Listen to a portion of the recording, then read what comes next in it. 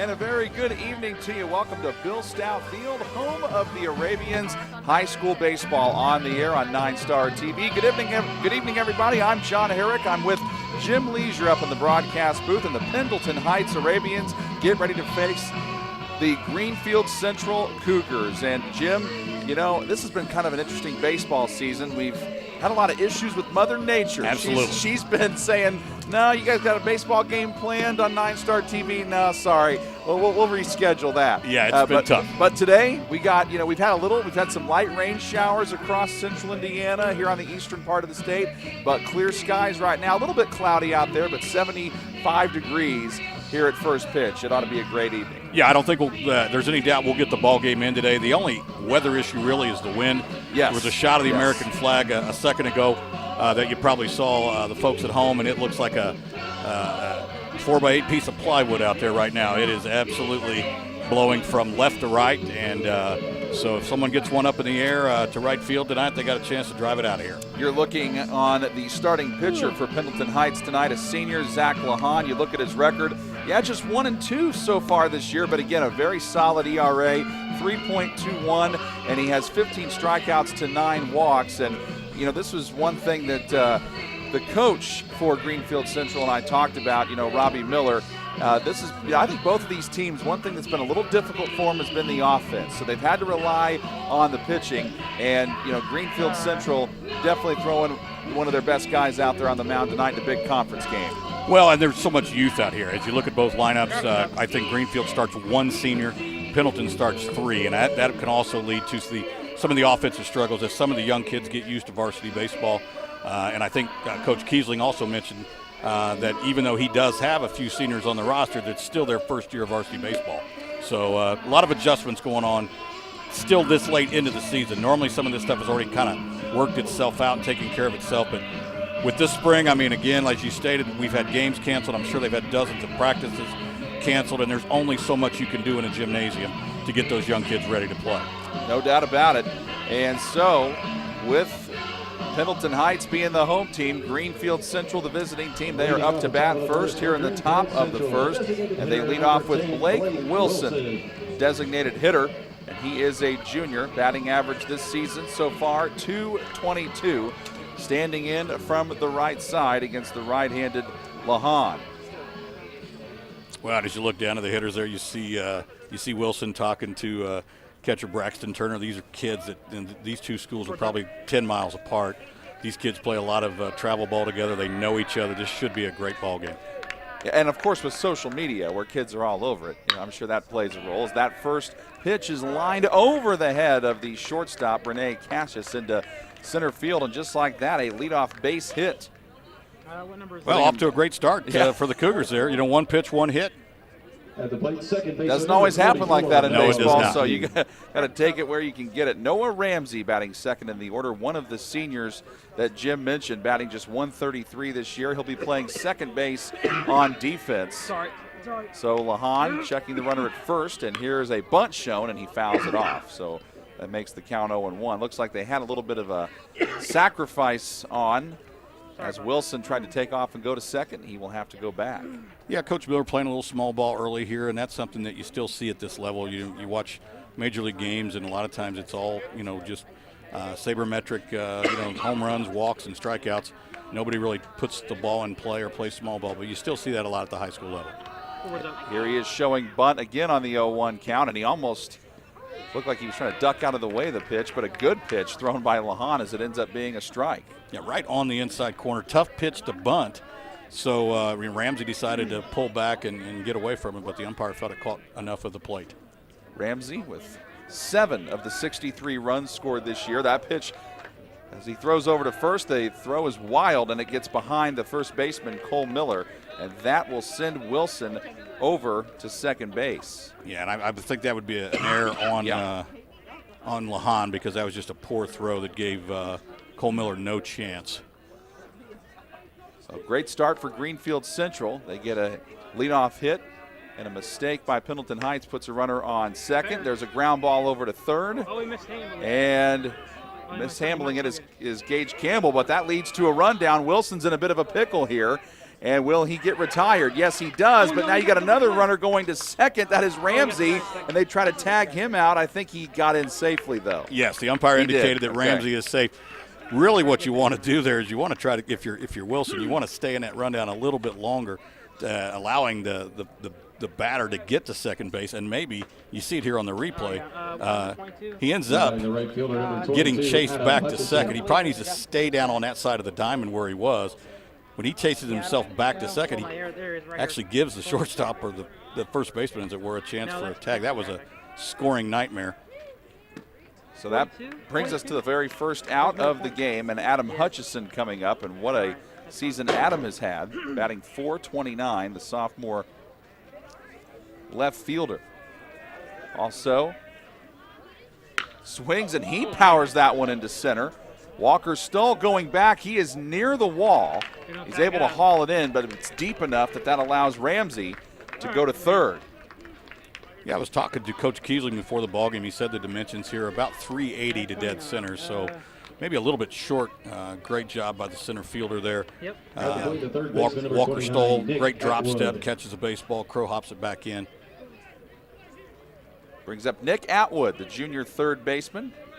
Take a look at his average there, .257 on the season. 10 runs scored, 9 hits. He also has 6 driven in, and the first pitch comes low, and it's a good block by Ben Richards, the catcher, behind home plate to make the count 1-0.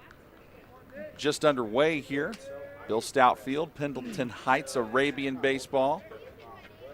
And they got off to a rocky start defensively, but hey, now they got 2 outs, and they could be getting out of the inning, depending on what happens here, as that one's grounded to short. Throw over there in time, so the leadoff hit for Greenfield-Central ends up being just a leadoff hit with no runs coming up there. So ground out ends the inning. So no runs, a hit with an error, and 1 man left on base.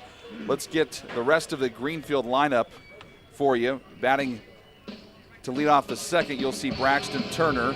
Then it'll be Seth Robertson 5th, Seth Robertson 6th, Bradley McDowell 7th. Carson Gibson is 8th. And then you'll have Mason Bussell, the junior center fielder, batting 9th in the order. Lucas Scroggins will be playing right field but not batting in the Greenfield order. Then for Pendleton Heights, leading off this bottom of the first inning, it'll be Evan Douglas, the junior left fielder. And he will face the pitcher, Brad McDowell, as you see him warming up there. A record of 1-0, 9 strikeouts, and a very good ERA of 2.0. It'll be Evan Douglas, followed by Wyatt Douglas, the junior, then Camden Early in the 3 spot. Batting cleanup will be Zach Lahan, who you just saw pitch. 5th is Renee Cassis, the junior shortstop. 6th is Cole Miller. 7th is Luke Hargrave. He'll be the designated hitter. Ben Richards, the sophomore catcher, bats 8th, and Walker Stoll, the junior center fielder, will hit 9th in the order. Gage Campbell, the junior third baseman, is not in the batting order, but he's playing third. And you take a look at the conference standings here, and it's just, boy, every time I talk to a baseball coach anywhere, Jim, the first thing that comes to mind is New Palestine and the type of season they're having, and as you can see right there, with very good reason. Yeah, and I know that I talked to Coach Lyons earlier in the year. He was a little concerned about his pitching staff. At least one of his projected number 1 or number 2 starters is already out with an injury, and then I think they ended up with another pitcher going down. So they've had some young kids step up on the pitching mound, and that's what's led to that 16-1 record. Fielder number 11, Evan Douglas. And Pendleton Heights with a 2-5 conference record. Greenfield-Central at 4-4. That makes these 2 games that we have here tonight in this doubleheader very important, and that was why it's. Boy, that top of the first inning when you're Greenfield-Central and you get runners aboard and you make a mistake, get caught in a rundown, you don't take advantage of it. Wonder if that'll come back and bite you. Evan Douglas, the junior left fielder, batting .256, leads off. And the first pitch to him, he fouls off. Looked like it either went off his foot or the catcher's foot, and based on the way Braxton Turner is moving, it might have gone off his foot. Well, that's tough. They obviously call that the tools of ignorance there. Those catchers back there getting beat up every now and then. Douglas, in 53 plate appearances, has scored 11 runs this year, has gotten 10 hits. Good eye by him on that one, as that pitch evens the count up at a ball and a strike. And the thing that's been tricky about this wind, Jim, that I've noticed is that it is blowing not just one direction. It's blown a lot of different directions since we've been here. That pitch makes it 1-2 from McDowell. It's blowing out to right center at the moment, but that could change at any moment. The 1-2 pitch. That one looks like it'll stay in the park. It's playable, but for who? Lucas Scroggins, the right fielder, hauls it in. But that really, when it came off the bat, was really going to be a center fielder's ball. And then you just see it just keep carrying and carrying. You see it on the replay here. That's Mason Bessel, the center fielder, and he seems like he's got a beat on it. And then he realizes, oh my gosh, it's really cutting away, and Scroggins calls him off. Great communication in the outfield there for the first out of the inning. Wyatt Douglas is next. First time we've seen a left-handed batter in the game tonight. That pitch was a beauty from McDowell, in for a strike. Yeah, McDowell seems to throw first pitch fastballs where Lahan was more breaking ball stuff. Well, second pitch was a fastball too, and it worked. Yeah. So two different approaches. I mean, obviously you have one pitcher who relies a little bit more on his breaking stuff, and another one who just comes right at you with fastballs. That one more of an off-speed pitch, and it's high for ball one. Yeah, it looked like a changeup there, just left it up. But that's a good combination to have. If you're a young pitcher, really all you really need is a fastball and a good change. That one hops its way to home plate to even the count at 2-2. Wyatt Douglas this year has scored 14 runs on 13 hits, and he has 5 runs batted in. 4th in the team in that category, and he strikes out looking here. Yeah, a really good pitch by McDowell there on the outside corner. Good location. Brandon Turner wanted it on the outside corner. That's where he got it. Honestly, probably too good of a pitch to take with 2 strikes. You probably need to get the bat moving on that. And Camden Early, the right fielder next, a sophomore. But he's had a very good sophomore season. .348 is his batting average, but he can't catch up with that one. Early has scored 9 runs and has 16 hits and 16 driven in. Team leader for Pendleton Heights. But he hits that one right back to McDowell, and that takes care of inning number 1. No score early between Greenfield-Central and Pendleton Heights, and you're watching NineStar TV.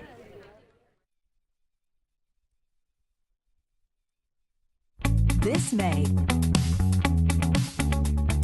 for the first time on HD Net Movies, you'll see The Lookout, Ride with the Devil, Gone, and The Kids Are All Right. Plus, special presentations like Western Icons hosted by Ethan Wayne, everybody's favorite comedic duo, Bill and Ted. Excellent! Plus, you can catch all the action with Jet Li's Killer Collection.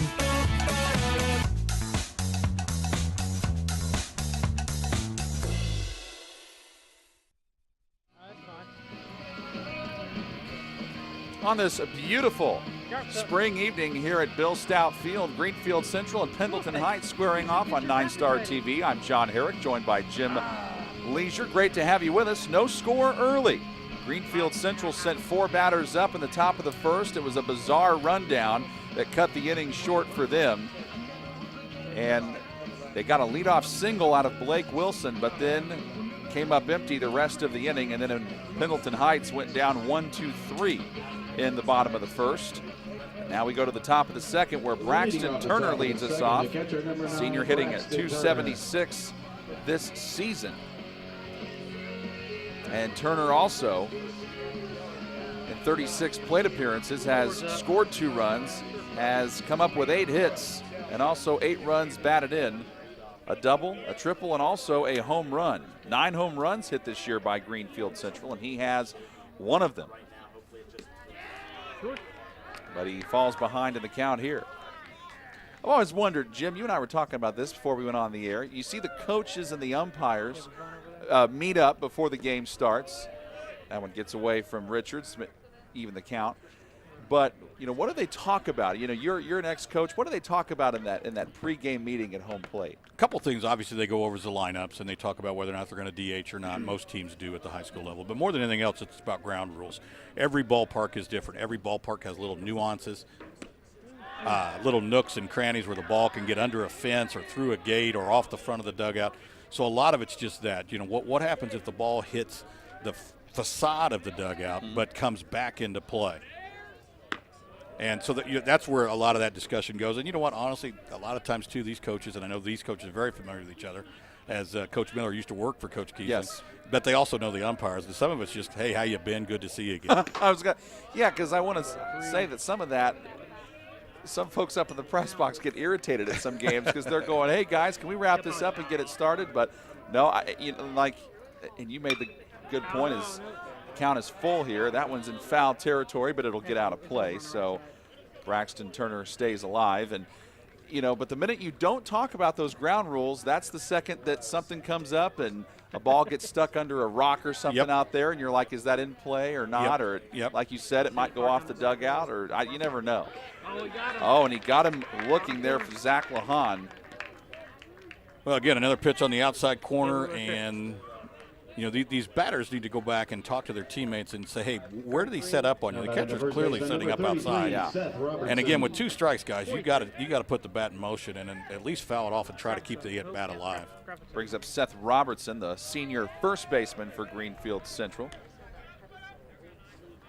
There's so many little things, John, about this great game, and they say it's a game of inches, and it really truly is. Good eye by Robertson on these first 2 pitches from Lahan. But I think most coaches will say, Jim, that if that ball's anywhere near the strike zone when it's a full count, you got to go after it. You certainly got to move the bat. Yeah. You got to move the bat. Yeah. And even if you're just going to take an excuse me, kind of try to foul it off type of swing, you can't stand there with the bat sewn to your shoulder, that's for sure. And a 2-0 count like we just had, I've been told by most coaches that's typically a fastball count. That is the best hitter's count. Yep. 2-1, that one put in play early, trying to get underneath it. The wind providing a little bit of difficulty for him. He had to drift a little bit over there, but he was able to track it down. So 2 up, 2 quickly down for Greenfield-Central. Yeah, here in the top of 2. You see Camden early here doing a really nice job of not overplaying the baseball, the wind being a factor. He's just got to be patient, make sure you know where it is and where it's coming down. Bradley McDowell, your next batter. So it's pitcher versus pitcher here, and he foul tips the first one into the glove of Richards. McDowell's had a good year behind the plate, batting .250. And that one misses for a ball. McDowell also, with a run scored, 5 hits, has driven in 2, even has a triple. And that is a strike, and it looks like this umpire, he'll give you the edge on the outside corner, it appears. If it's just a little bit, he'll give you that. And that was a good job of McDowell recognizing that, because that pitch pretty much was in the same spot. Yeah.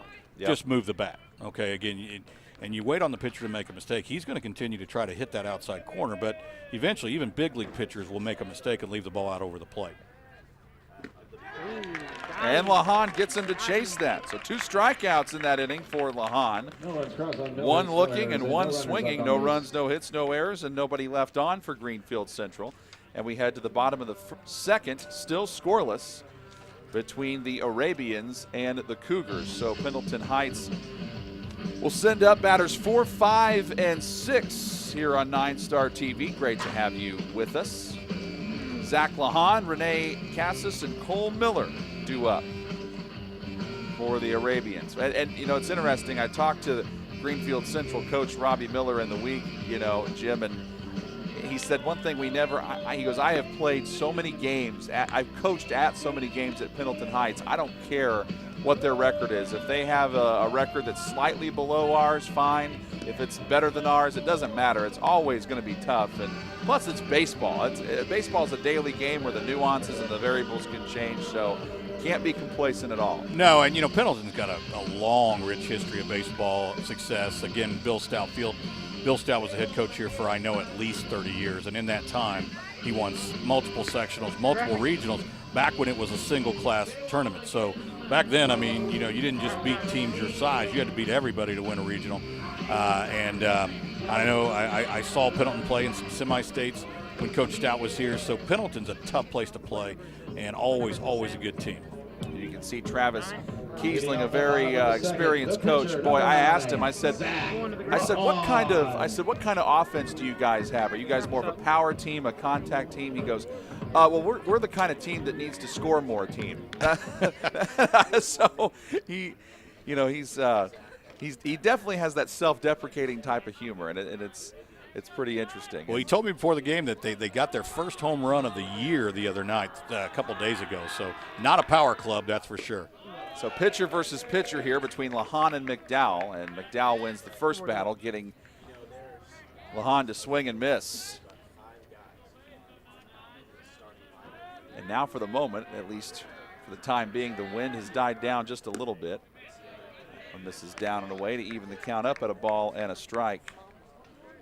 Zach Lahan at the plate this year, 4 runs scored, 13 hits.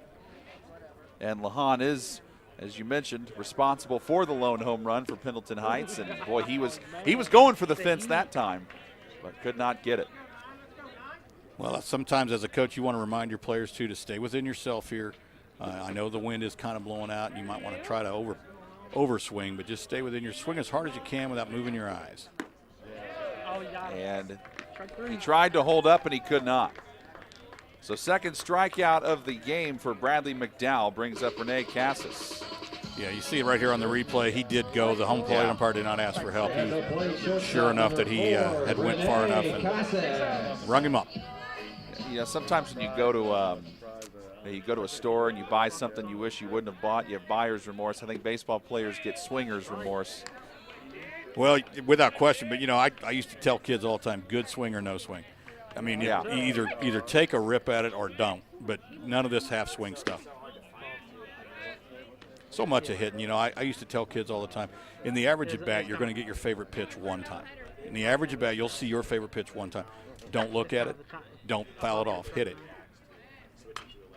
1-1 fouled off over towards the net, and of course that was over towards his own team's dugout. Sent a couple of guys running. Well, there's a reason why that net is there. Yes. And if you've watched any Major League Baseball games this season, you've seen how they've expended the nets behind the dugouts as well. And that one he'll have to throw down to first. But that's precisely what Braxton Turner, the catcher, does, and that'll go down as another strikeout for Bradley McDowell. He's off to a fantastic start. Curveball in the dirt, and Braxton Turner does a great job. See how he steps into foul territory there? Yeah. Increases his angle, improves his angle, I should say. You see a lot of young catchers will stay there and try to throw the ball over the runner's head, and that can lead to throws into right field, which are big problems. We tell catchers, go where the baseball takes you. If it takes you to foul territory, step further into foul territory. If it's into the field, step further in. Improve your angle to first base. The junior first baseman, Cole Miller, comes up and hacks at this one into play. Might be a tough play here for Nick Atwood, the third baseman, and I don't think he got it. He bobbled it just a little bit, and I think that's the difference in being safer out here. You see him come in here, he feels the ball well enough, but just bobbles it, taking it out of his glove, and there's just no play. Yeah, that's going to be ruled an infield hit, and I agree. Luke Hargrave, sophomore designated hitter, trying to obtain a batting average. He has played in 8 games with 6 appearances, but yet to register a hit. However, he has scored 2 runs, which means he's likely been called upon in maybe courtesy running situations or pinch running situations. I put strike. The count evens up on him 1-1, but we'll see. That means too, Pendleton Heights and Greenfield-Central know that we're going to see probably a good chunk of the roster play in both of these games, because you got to give some guys opportunities. And the Hoosier Heritage Conference went to this double header on Friday format several years ago. There's breaking ball in there for a strike, 1-2. And it does just create some challenges for the coaches as far as pitching staffs, and you got to set your staff up through the week. Good shot of Miller with a good lead at first base. And he ends up ending the inning. So 3 strikeouts for Bradley McDowell. A runner gets on for Pendleton Heights, but they leave him on first. And through 2, we are scoreless here on NineStar TV. Are you angry? Pick gets to decide what's politically correct? Do you feel left out? What inspires you to speak out against hate? Are you sexist? Are immigrants threatening American jobs? Do you judge people based on their religion? Are we more divided than ever, or just louder? What about my right? You have to take a stand. How can we find common ground? America Inside Out with Katie Couric. New episodes Wednesdays at 10 on National Geographic. And we are back to Bill Stout Field at Pendleton Heights High School in Pendleton, Indiana, where the Pendleton Heights Arabians and Greenfield-Central Cougars are locked in a 0-0 tie at the top of the third inning. John Herrick along with Jim Leisure, and looks like Greenfield's going to start out with number 28, Carson Gibson, which is the 8-hole, followed by Mason Bussell in the 9-hole, and then back to the leadoff top, Blake Wilson. Zach Lahan still on the mound for the Arabians with his third inning of work. Zach has 2 strikeouts so far as Carson Gibson steps in for the first pitch. Pitch inside and low, just missed. Ball 1. Boy, I think we've got a really good pitchers duel on hand here. That's my kind of favorite baseball game to watch. When you got it's kind of a defensive battle, and really the hitters have to make adjustments. I feel like the game flows better that way. And a good contrast of pitchers too, because again, Zach Lahan has been throwing more breaking pitches, and McDowell's more of a fastball, get ahead of the hitter kind of guy. 2-0 pitch is in there at the knees for a strike. And you can tell, to your point there, Jim, Zach saw that he was falling behind and he needed to get a fastball in there to get back on track, and that's exactly what he did.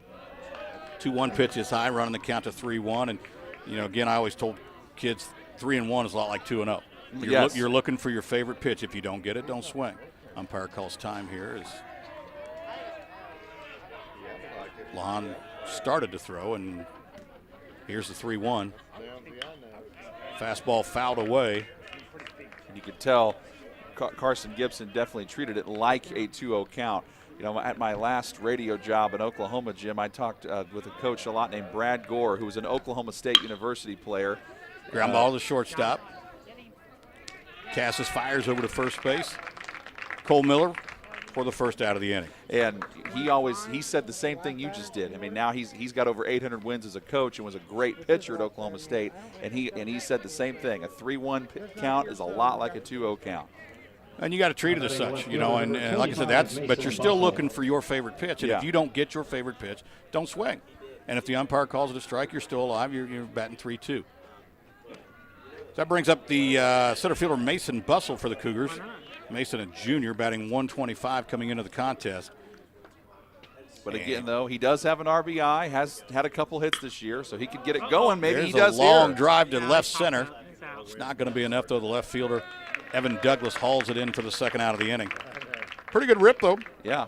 That would have been a time where if you're Bussell, you want the wind to help you, but the wind has kind of died down for the time being, and relatively routine play for Evan Douglas.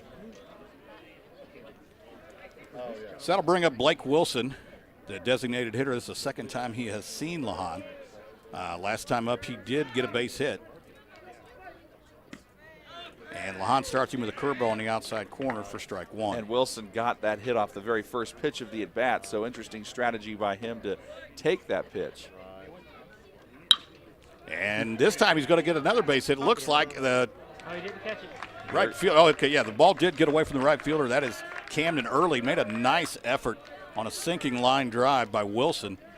Wilson picks up his second hit of the ball game. We'll probably see the replay. Here it is.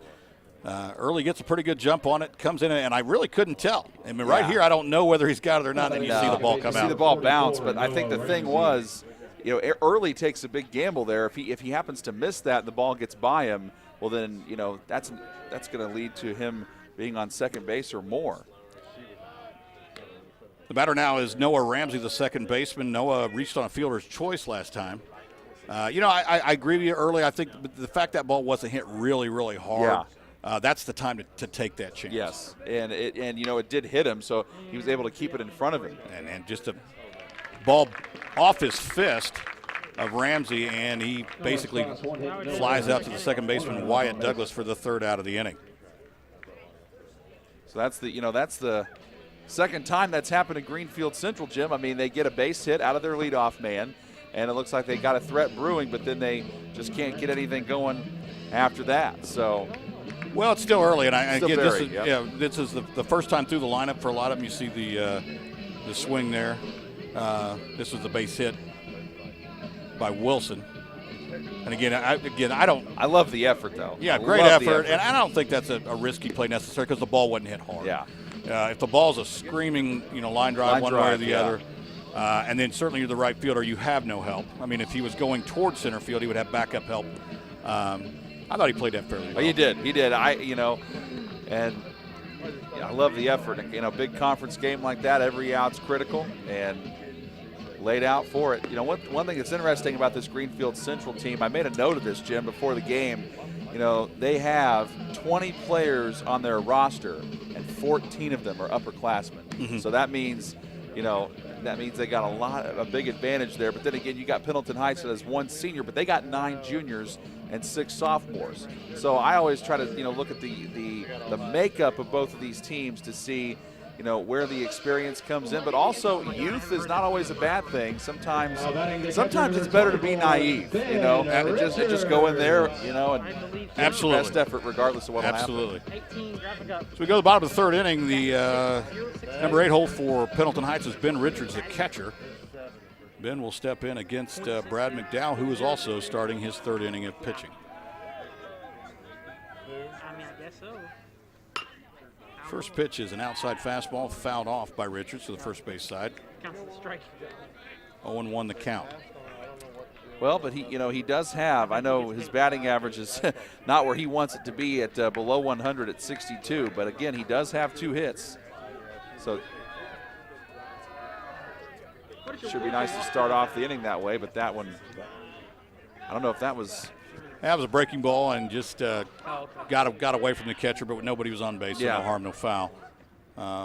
Didn't look like that's where Braxton Turner wanted that ball either. Well, no, not at all. I think he was setting up inside and he was going, whoa. Runs the count to 1-1 here on Ben Richards, the catcher for Pendleton Heights.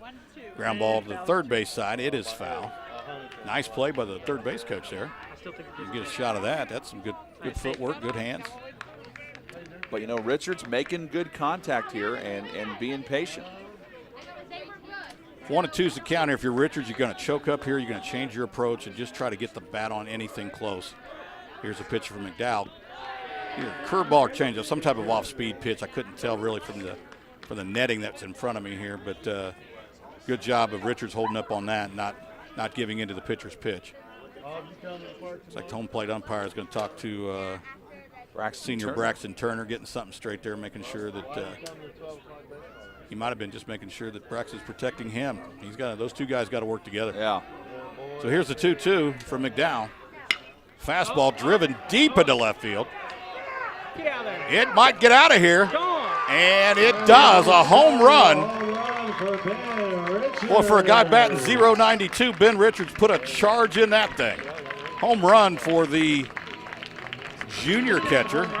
sophomore catcher, to give Pendleton Heights an early 1-0 lead. And again, you could just tell, like I said, you can't always go off of what a guy's batting average is, because eventually in baseball, he's due. And Ben Richards was more than due. He made great contact on the ball and he was confident that entire at bat, and it pays off for him big time.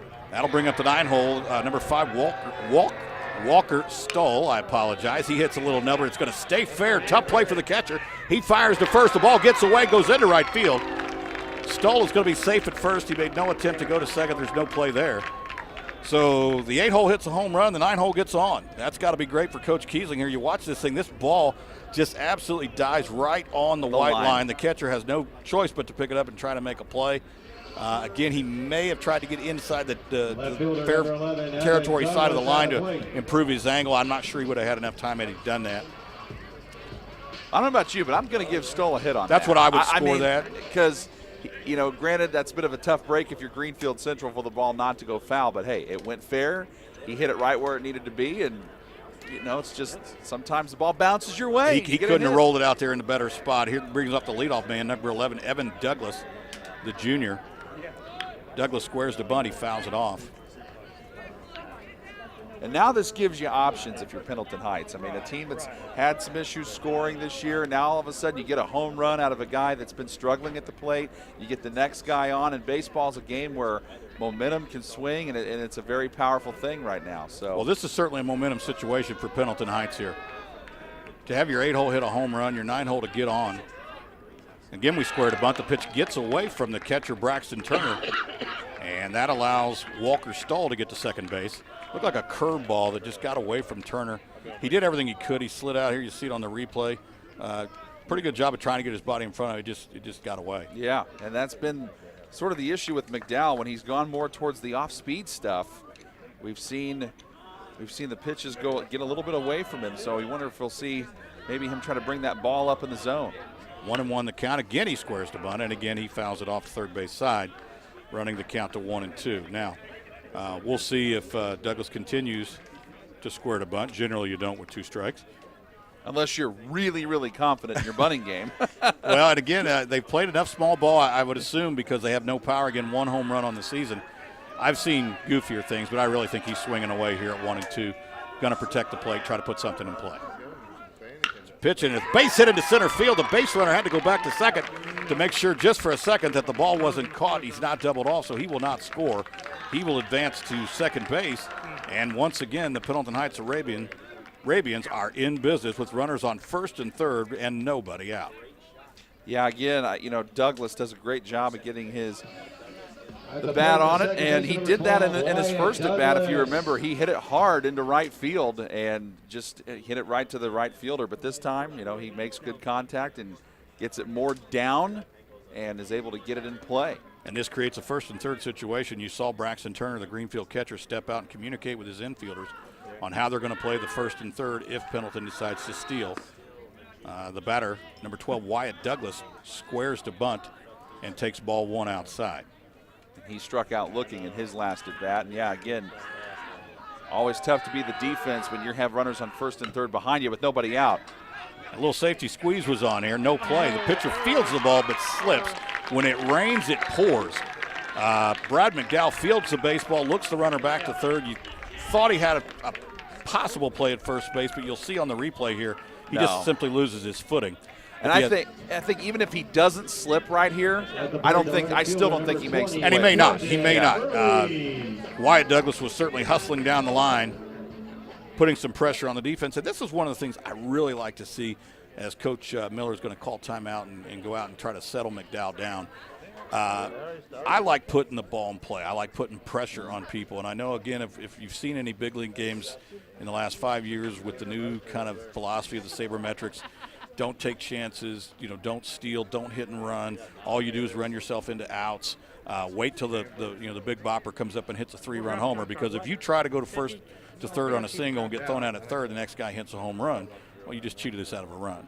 So the philosophy of Major League Baseball, you don't see a lot of this. You don't see a lot of hit and run. You don't see a lot of bunting, but you certainly do at the high school level, and that's why, honestly, I really enjoy this level of play.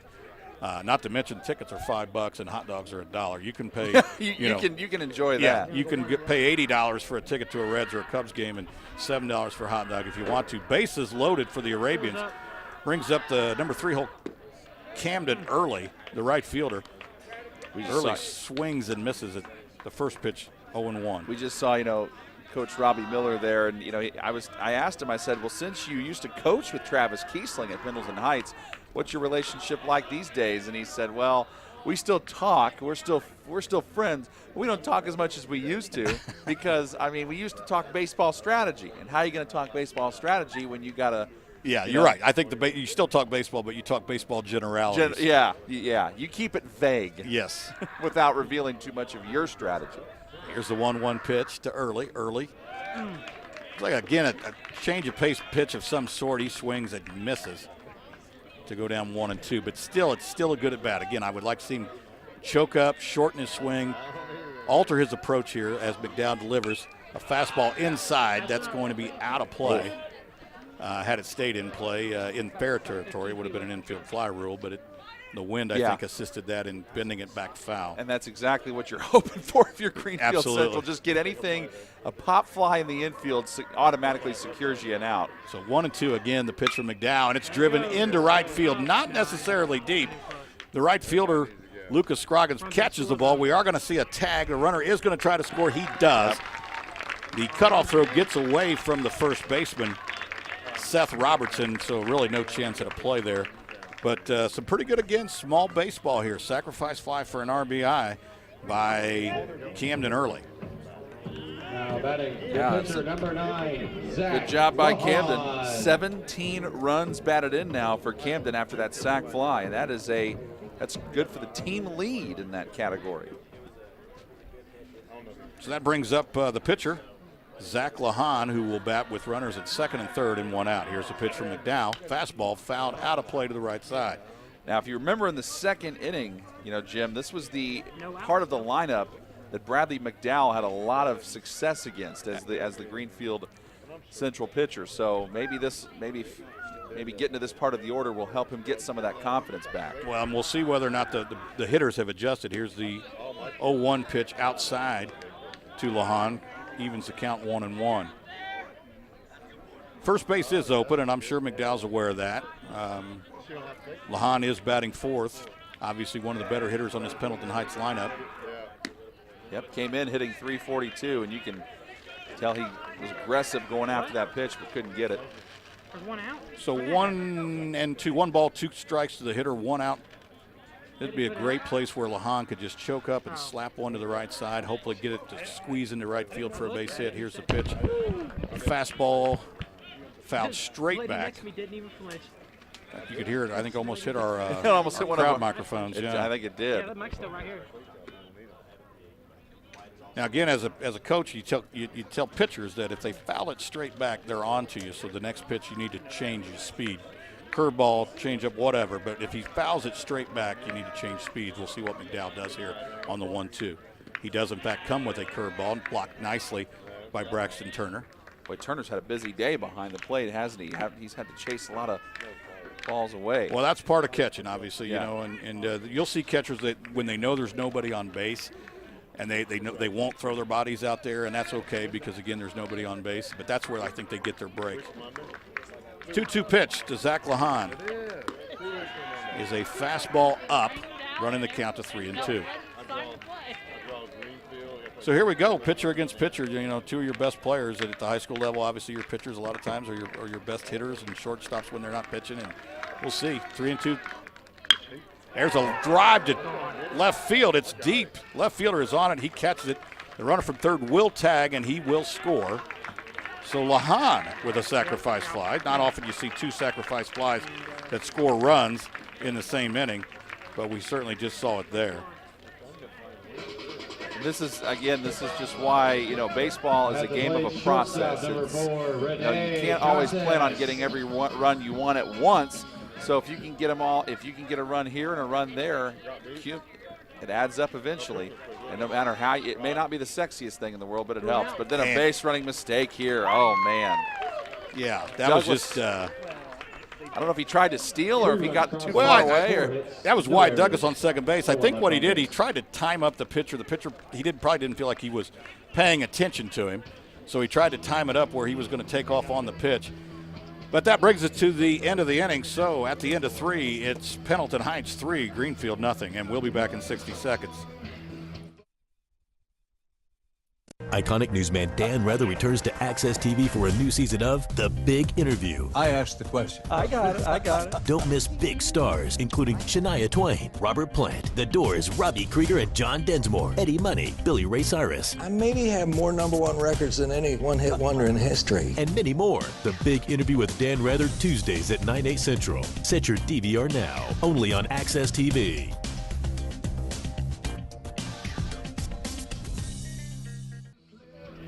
And welcome back to Bill Stout Field.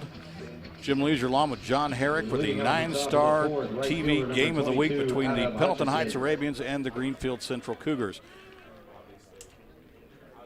Pendleton Heights got off to a great start in that inning, was able to plate 3 runs to bring us to their 3-0 lead. We go to the top of the 4th here.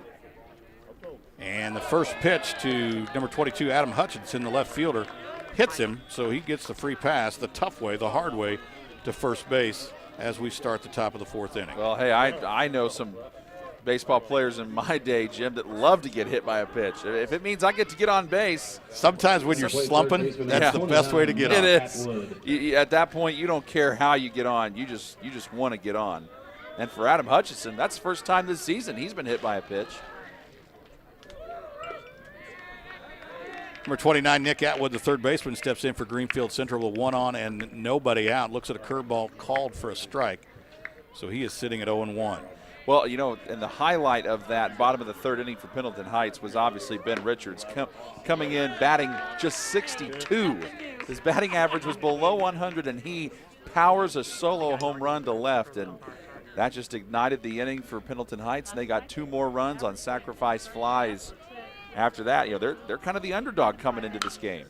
Atwood, with the 0-2 pitch, flies one in high, certainly not nearly deep enough to right field for Camden Early, who hauls it in for the first out. The second pitch to Atwood was probably at the top of the zone. It was called a strike, and he kind of turned around and looked at the umpire a little bit. The two of them had a little bit of a discussion, and you got to be careful. This is not Major League Baseball. They're not going to let you go on and on. In fact, the home plate umpire at this point is coming over and either talk to Coach Miller or Nick Atwood. Apparently somebody's still someone's still John over there at that dugout. And the home plate umpires, I told you, like I said, going to put a quick stop to it. You know, you see big leaguers do that all the time. They'll turn around, they'll talk to the umpire, they'll say things. That does not go on at this level. The umpires will stop that in control. And it doesn't happen in high school football. It doesn't happen in high school basketball. It doesn't really happen in any high school sport, and I wish it would translate over towards the pro level a lot more. So Braxton Turner, the senior catcher, steps into the plate. He came into the ball game batting .276. He struck out looking his first time up, and he looks at ball 1 to start this particular at bat.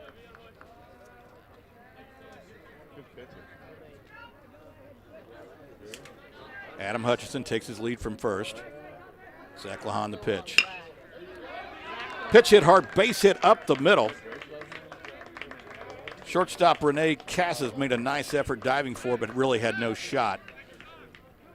So it gives us runners on first and second with 1 out.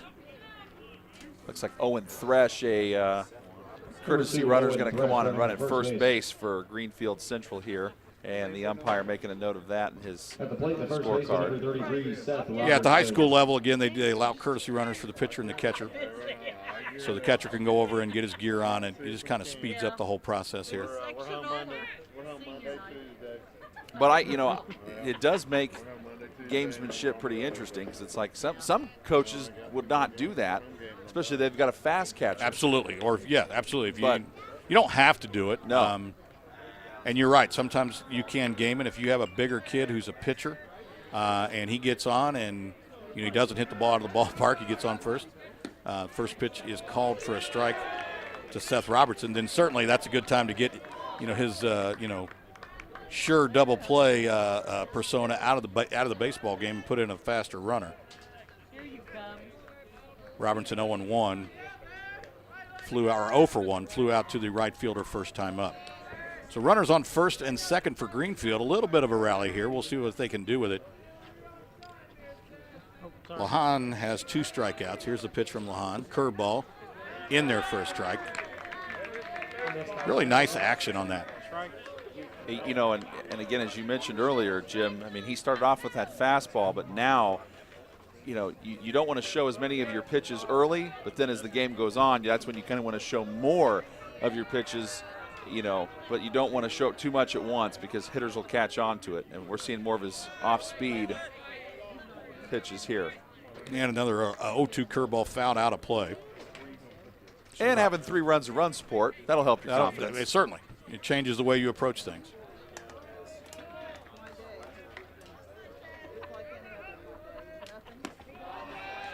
That was definitely, I think that was just kind of a pitch for the catcher to maybe just keep an eye on Hutchison at second in case he thought about going to third. Yeah, that was definitely location. Ben Richards was almost standing up when the pitch was delivered. That was just to try to get him to chase. Curveball hit into the air. Looks like it might be in the foul territory. The shortstop actually catches it in fair territory for the out. So Seth Robertson goes out. F6, That's that's the shortstop's ball too. I mean, he's got a much better angle. Third baseman has to backpedal. You don't want that. And you go over that, in the off season. In all season. That's a 10-minute segment. You work infield priority fly balls. While your outfielders, while the other coach is hitting fly balls, the infield coach is in here working those types of things. You try to drill that at least 10 minutes a week. Maybe if you can, certainly 10 minutes a day in practice as you break down your 90-minute practice into segments. And a lot of coaches will drop a diagram and say, okay, third baseman, here's your zone. Your zone is right here, and they'll draw a square. And then shortstop, here's your zone. They draw a square. And, just to give them an idea. And then, of course, if the zones overlap and you guys are, then it relies on communication at that point. The pitcher, McDowell, hits a ground ball to the shortstop. Cassis picks it up and fires him out. Nice throw by Rene Cassis. No runs crossed, 1 hit, no errors, 2 runners left on base.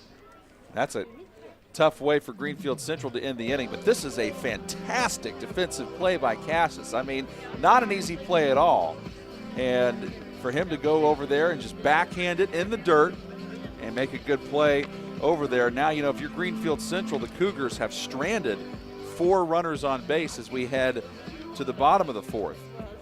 And one thing that stands out to me right away, Jim, as you take a look here, Pendleton Heights leading 3-0, is that they have not stranded a runner on base. Well, that's what it is. Everybody's gotten on, has gotten in, yeah. which is huge in baseball. Timely hitting. I mean, it's one thing to get hits when you're, down 11-1 and you get a couple hits in a row. Well, that doesn't really matter.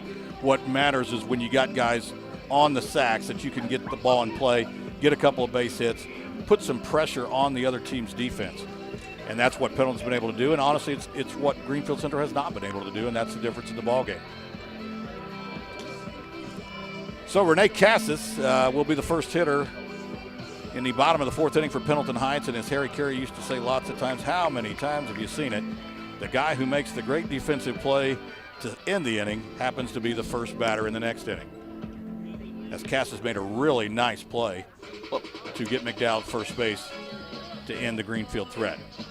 Got a good group of fans out here as our wonderful NineStar crew goes and takes a look at some of them. I mean, we saw some umbrellas out there, because they were planning in advance in case things got wet tonight. But so far, Mother Nature has spared us. This spring, that would be the smart thing to do. Yeah. Here's the first pitch from McDowell. Cassis squares the bunt, puts down a nice bunt up the third base side. He beats it out for a base hit. Oh, jeez. I mean, how good has the Pendleton Heights small ball game work tonight? I mean, and these bunts are not like, he just got lucky with where he placed it. It rolled well, No, these are just great. These are just great plays. I think Cassis looked up. He sees third baseman Nick Atwood playing back in the dirt, and it does look as if the grass might be just a smidge high, which is going to slow the ball down. Certainly, the base paths are grass, whereas some places, it's a dirt base path, but here you got grass even in the base path. Cassis dances away from first. Another bunt and a well-placed bunt. This is going to go for a base hit. We'll see if Cassis tries to go to third. He does not. Oh, he thought about it. There was nobody covered. The third baseman, Nick Atwood, slipped and fell on the infield grass. The pitcher fielded the ball, and Cassis thought for a second, can I outrun? You see the replay here. Can I outrun the pitcher and get to second base? And why and this is the first time I've seen Cassis. And he's got good speed. It's Atwood who picks up the ball. I thought the pitcher did, but it's really Atwood. So first and second, nobody out. 2 bunts in a row brings up Luke Hargrove, the designated hitter. And looks like the pitcher, Braxton Turner, is going to go out and talk to McDowell here a little bit, maybe try to settle him down. We'll see what Coach Kiesling does here. That's a quick conversation. Heaven forbid, do you bunt 3 guys in a row here? I mean, again, I think in sports, you do what's working until the other team adjusts. But I don't even think Greenfield-Central hasn't adjusted. It's just these bunts are great. Oh, I think he got him. And then he does. Braxton Miller throws behind the runner at first base, Cole Miller, and picks him off. As good a bunt as that was by Miller, this is as bad a base running as you can probably do. But that's about as good of a throw as a catcher for Braxton Turner as you can have. But if you're a coach, you're going to ask Cole, where were you going? There's a guy on second base. You can't steal second base. You just got to be a little bit better and smarter about that situation. But, you know, better to make that mistake when you're up 3-0 as opposed to being down 3-0. That's true. 2-0 the count to Luke Hargrave, the sophomore, with a runner on second base and one out.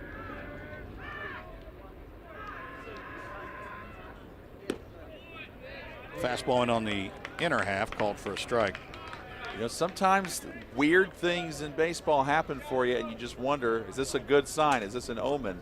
And, you know, Pendleton Heights, not a home run team usually, but they get one, and they've been having some good hitting here. And McDowell working quickly to Hargrave, was able to induce a ground ball to the shortstop, Carson Gibson, who fires across the diamond in time. You see the replay here, sets his feet, checks the runner, and just throws a strike. That's just textbook. And, you know, again, that's exactly where, if you're Greenfield-Central, you wanted him to hit that ball because you didn't want that runner to advance, and it couldn't have worked out any better defensively. So with 2 outs and a runner on second base, it brings up Ben Richards, the catcher, who, as you remember, went deep last time up, hit a home run. So really changed the complexion of this game. It certainly has, and we'll see if McDowell approaches him a little bit different as to where he's pitching and what types of pitches. Well, and to no surprise here is that these first 2 pitches have been down in the zone. Whenever a guy hits a home run against you, you typically want to say, okay, he hit that out because I had it a little too far up. I'm going to put it down further. Oh, that one was a little too far down. Ball just gets, I mean, that's what they say, right? I think right through the 5-hole, as they say in hockey. He just got right between his legs. He did a nice job, Braxton Turner, of trying to block. You see the replay here. He drops to his knees. He tries to, but the ball, I'm sorry, the ball bounced over his head. I mean, wow. Yeah, that's not something you see very often. You don't, normally the ball goes through your legs or goes underneath your glove, but you've never seen a ball hit, I haven't seen a ball hit that hard and bounce that high over a catcher's head in a while. Certainly with as much rain as we've had, too, you would think the ground would be a little softer and the ball would not bounce like that. 3-1 the count to Ben Richards is, again, good hitters count. We'll see. McDowell certainly does not want to make a mistake to him here. Fastball, he swings and misses. But he thought, you know, like we talked about earlier, Jim, he thought hitters count. Yep. I'm gonna swing.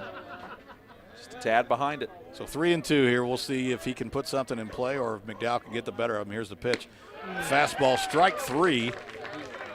That is McDowell's 5th strikeout, and it will bring the bottom of the 4th inning to a close. So it is Pendleton Heights 3, Greenfield-Central 0, as we will be back in 60 seconds. This is really remote, but even the big fish have gone. It's my mission to see monsters rule once again. That is a big fish. This is still a living river. Jeremy Wade's Mighty Rivers, new Sundays at 9 on Animal Planet. It is a Hoosier Heritage Conference battle here at Bill Stout Field. Pendleton Heights and the Pendleton Heights Arabians have a 3-0 lead over the Greenfield-Central Cougars as we go to the top of the 5th on NineStar TV. I'm John Herrick along with Jim Leisure and our fantastic crew here at NineStar TV. The game the inning that really changed the complexion of this game was the bottom of the 3rd for Pendleton Heights, where they got all 3 of their runs. Started off with a home run by Ben Richards and then sacrifice flies from Camden Early and Zach Lahan. By the way, that's your man, Zach Lahan. Not only did he get a sac fly, he's also the starting pitcher for Pendleton Heights here in game 1 of a doubleheader, and he rifles in a strike to the man leading off this inning for Greenfield-Central, Carson Gibson, who's 0 for 1 tonight with a ground out to short. Next pitch, and Gibson slaps it over to short. Cassis is there. He made an outstanding defensive play earlier in the game and makes a routine one here to lead off the top of the 5th. Mason Bustle up next as you take a look at the ground ball here on replay. Now batting the left fielder, number 25. Cassis is going, man, I had to go over and make a backhanded play and throw almost from my knees. That time I was able to wait and let it come to me. And Lahan delivers the first pitch high and away, ball 1 to Mason Bustle, who's 0 for 1 with a fly out to the left. He did that in the 3rd inning. And he can't catch that one for a strike. One of the big differences in the game, too, Greenfield-Central has left 4 men aboard. Oh, I think that hit him. Yes, it did. Got just a piece of him. The ball actually went on and was caught by the catcher, Ben Richards, but got just enough of him, and you'll see the replay here. Designated hitter number And 2, I kind of heard it. Yeah. I heard it from up here. That did not sound fun. Well, and sometimes umpires will do that too. I mean, they may not have seen it, but they can hear it. Yeah. Either, again, hitting just the cloth on your shirt or your belt buckle or whatever. So. And for Mason Bustle, second time of the year he's been hit by a pitch. Now he's going to try to steal second, and he does. Yeah, Mason had a great jump there, and sometimes I'm sure we'll probably see a replay here. Sometimes stolen bases are off the pitcher. And at this point, Bustle's long gone. Didn't really give Ben Richards much of a shot. The throw's not great. It bounces in. But Mason Bustle in there cleanly and easily with a steal. Fourth time this season he's stolen a base. And that one bounced by Blake Wilson over to Cassis at short. And there's out number 2. Boy, I'll tell you one thing I've learned about watching Rene Cassis defensively. I don't think you want to hit the ball towards him. Yeah, does advance the runner, Now though. batting second baseman number 44, Noah Ramsey. Noah Ramsey, 0 for 2 tonight, grounded into that bizarre fielder's choice in the first inning, which led to the rundown, and then popped up to second to end the third. Here, he's trying to keep the top of the fifth going. Pitch comes low from Lahan for ball 1. But boy, again, not that Lahan hasn't pitched with confidence all game, but he looks really comfortable after he got those 3 runs from his offense. He's certainly been in a groove here.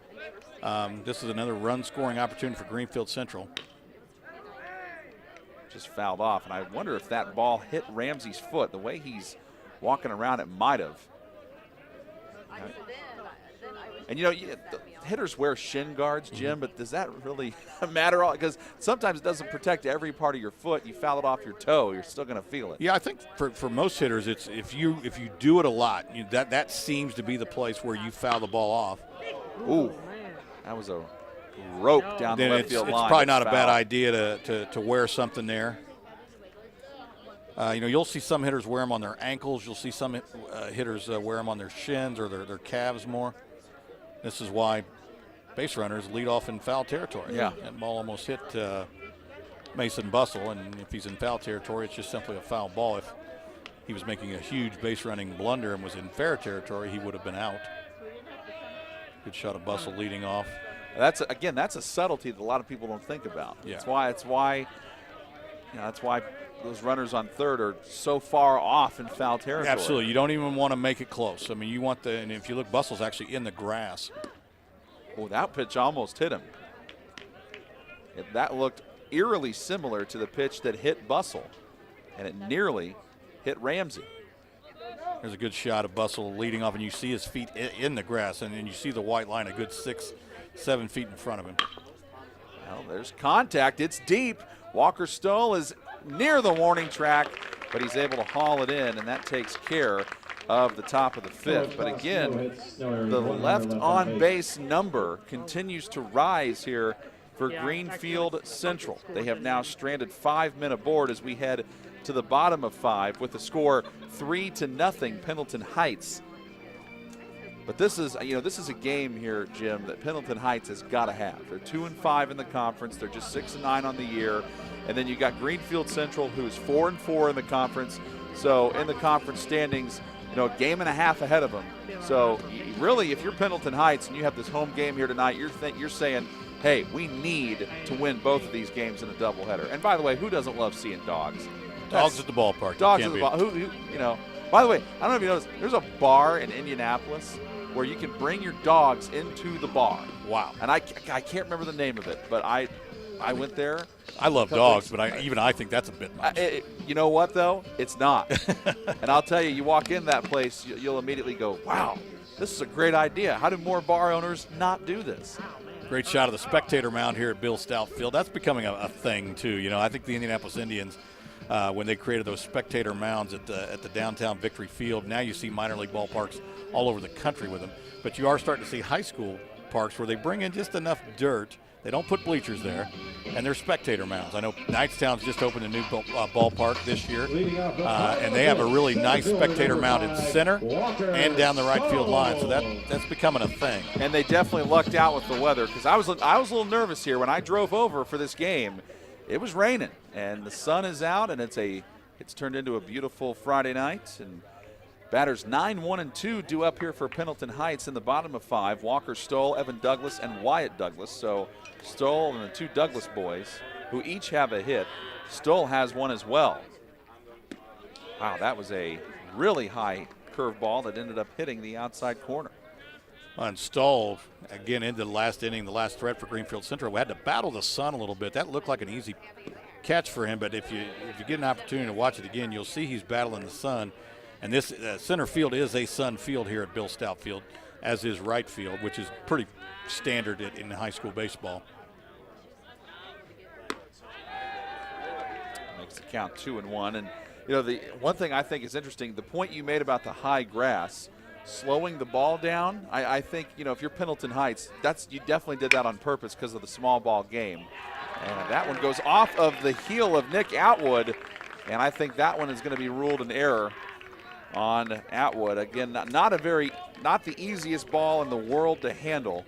No, it just eats him up. You know, I mean, you want to field that ball with your hands as far out in front of you as you possibly can so that you can react one way or the other. When you try to field the ball with your hands almost underneath you, you have nowhere to go when the ball takes a nasty hop, and I think that's what happened. Yeah, he did. Atwood just looked trapped when that ball got there. Pickoff try at first.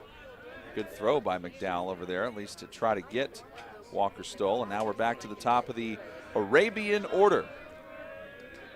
With Stoll Evan actually Douglas. was kind of leaning towards second a little bit. He almost got picked off.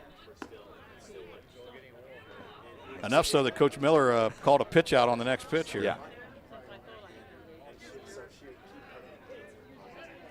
You know, I was actually calling a baseball game in Oklahoma once, and one of the coaches had played a game at another field, and he had came over and he had been at this new one as this ball is hit right back to the pitcher McDowell, and it's a routine play to first, but that'll go down as a sacrifice for Evan Douglas.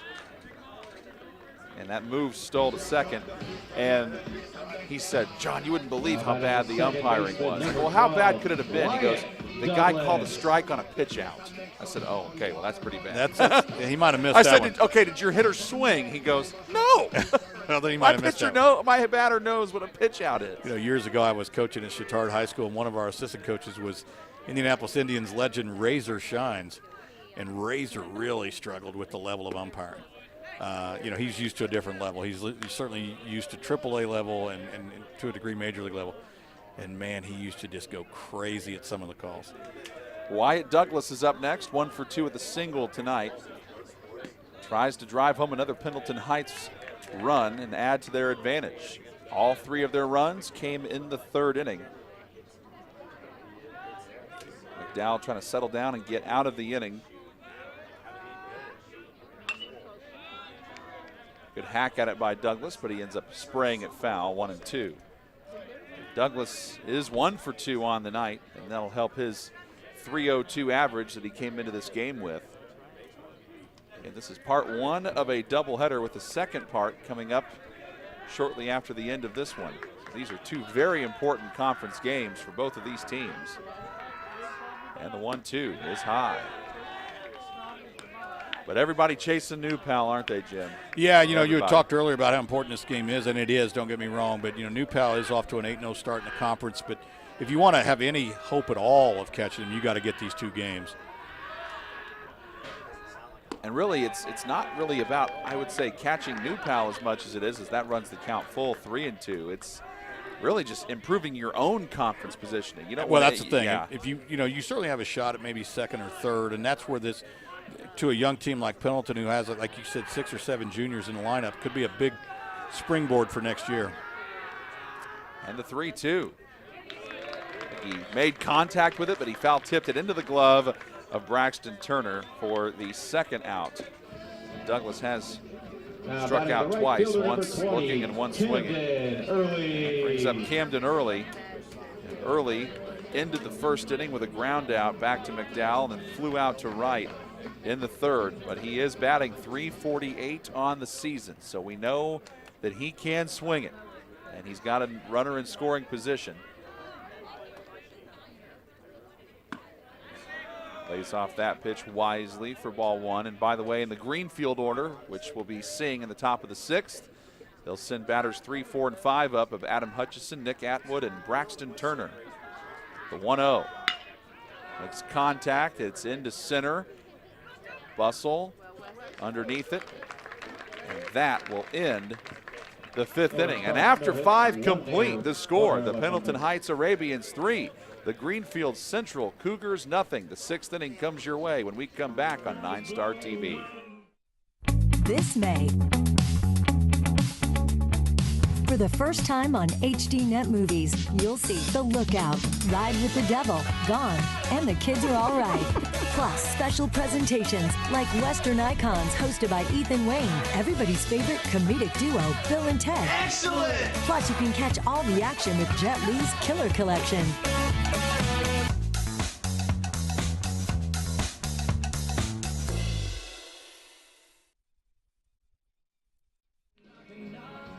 We've played 5 and we go to the 6th here in this Hoosier Heritage Conference battle between the Pendleton Heights Arabians and the Greenfield-Central Cougars, and it's Pendleton Heights with the upper hand. They lead 3-0.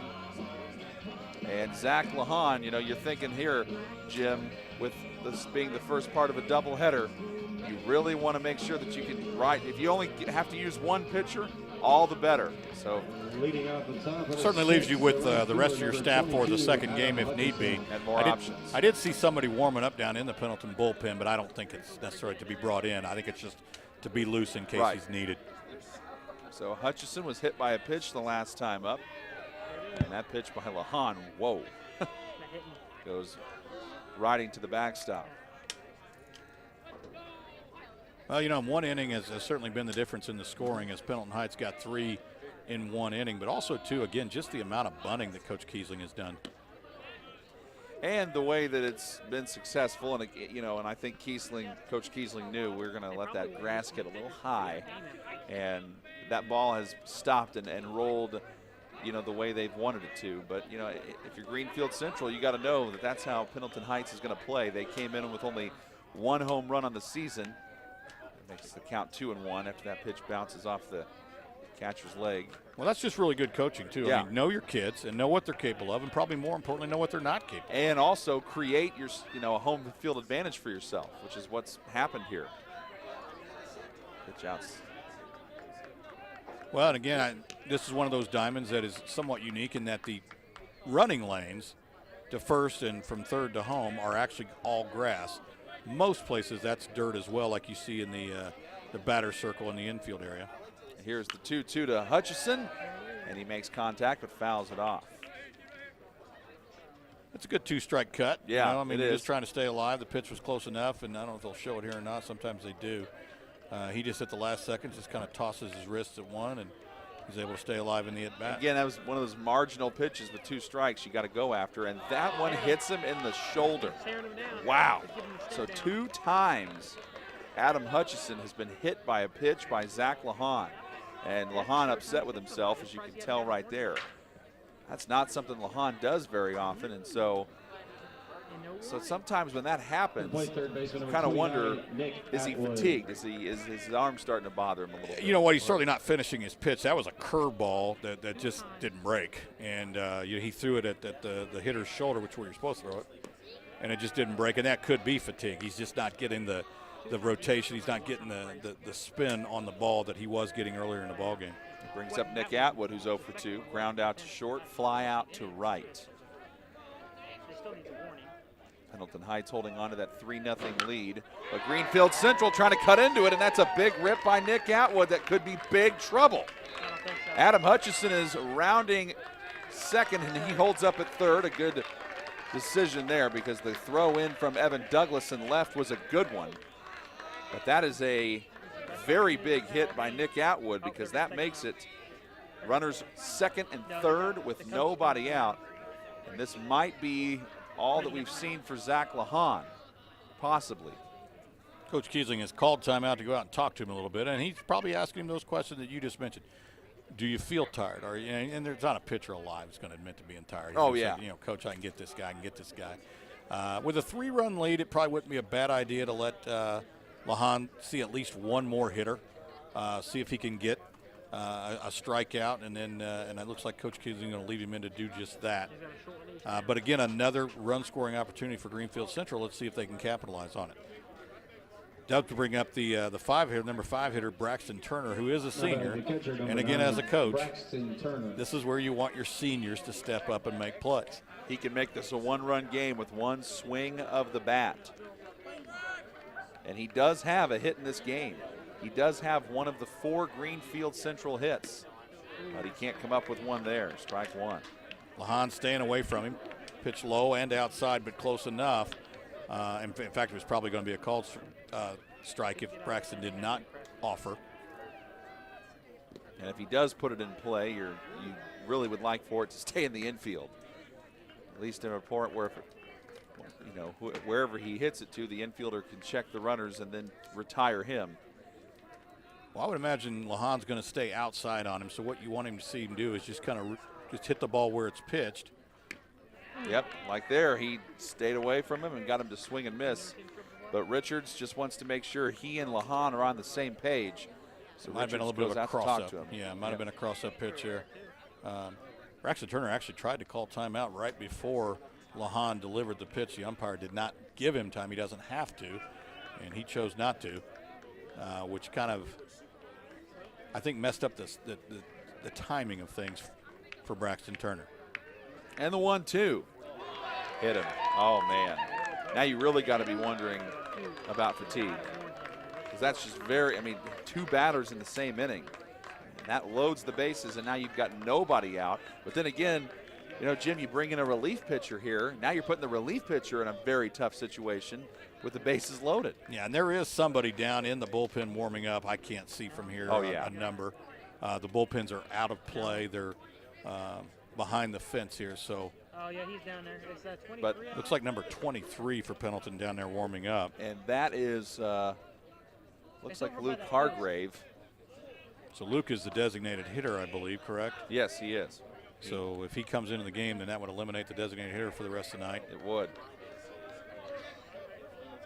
So bases loaded, nobody out. 27. And now again, this game is. Complexion of it has totally changed now. But again, this has been the problem for Greenfield-Central. Getting runners on has not been the issue. It's been getting them across. Well, the hitter Seth Robinson has hit the ball. He's popped up the shortstop and into right field, so he does make contact. And as you saw there, Hargrave not the greatest record, but does have a pretty reputable ERA. And back on play here, the count is 1-1 to Seth Robertson, who is 0 for 2. Fly out to right, ground out to short. Nice block by Ben Richards there to keep a run from scoring. There's a strike. That was a curveball that just caught the outside corner. I'm not sure that Robertson could have hit it with a tennis racket. Now you're just thinking, hey, if you're Pendleton Heights, strikeout and double play. Well, that one hit on in the infield. I don't think it's going to get into the outfield. It will not. That will end up scoring 1 run. So Robertson will get credit for an RBI. Ball hit to Hutchison. Renee Cass's right, and he tries to backhand it in, just not able to do it. The third baseman had the best shot at it. That would be Gage Campbell, and he could not come up with it. Give an RBI to Seth Robertson. And that just like that, it's 3-1 Pendleton Heights, and the bases stay loaded with nobody out. And McDowell is up. So Bradley McDowell, a chance to help his own cause. He's the pitcher for Greenfield-Central. But he is 0 for 2, a strikeout and a ground out. But then again, Robertson was 0 for 2 before his hit. McDowell misses upstairs to even the count of ball and a strike. By the way, Pendleton Heights will have their 4, 5, 6 portion of the order due up in the bottom of the 6th. Good block. It's 2-1. Zach Lahan, Renee Cassius, and Cole Miller.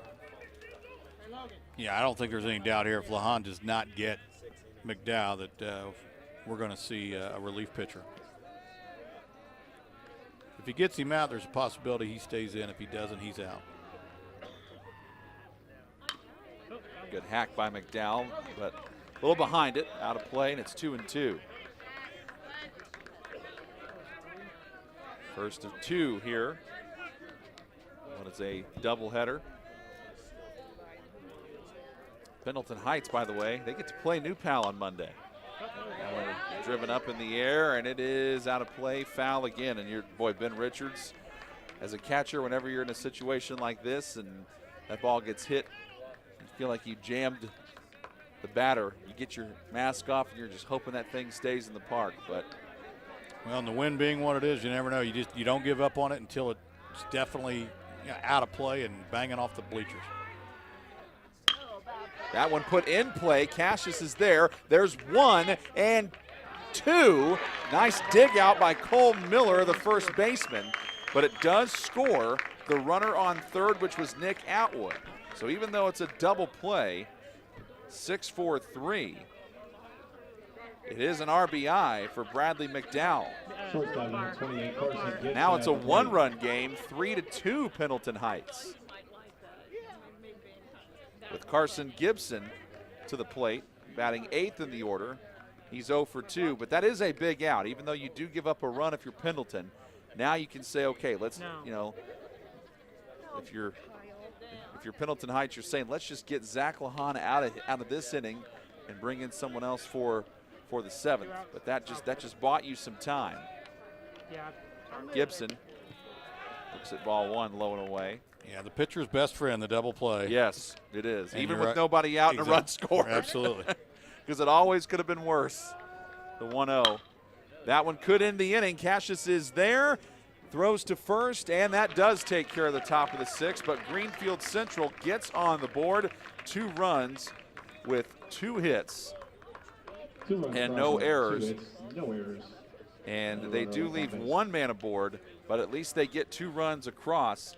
And it is 3-2 Pendleton Heights. And so we go to the bottom of the 6th now with this game moving into a very critical juncture here, Jim. And, if you're Pendleton, I think maybe you go back to what's been successful for you. You just keep trying to play the small ball game and bunt right now.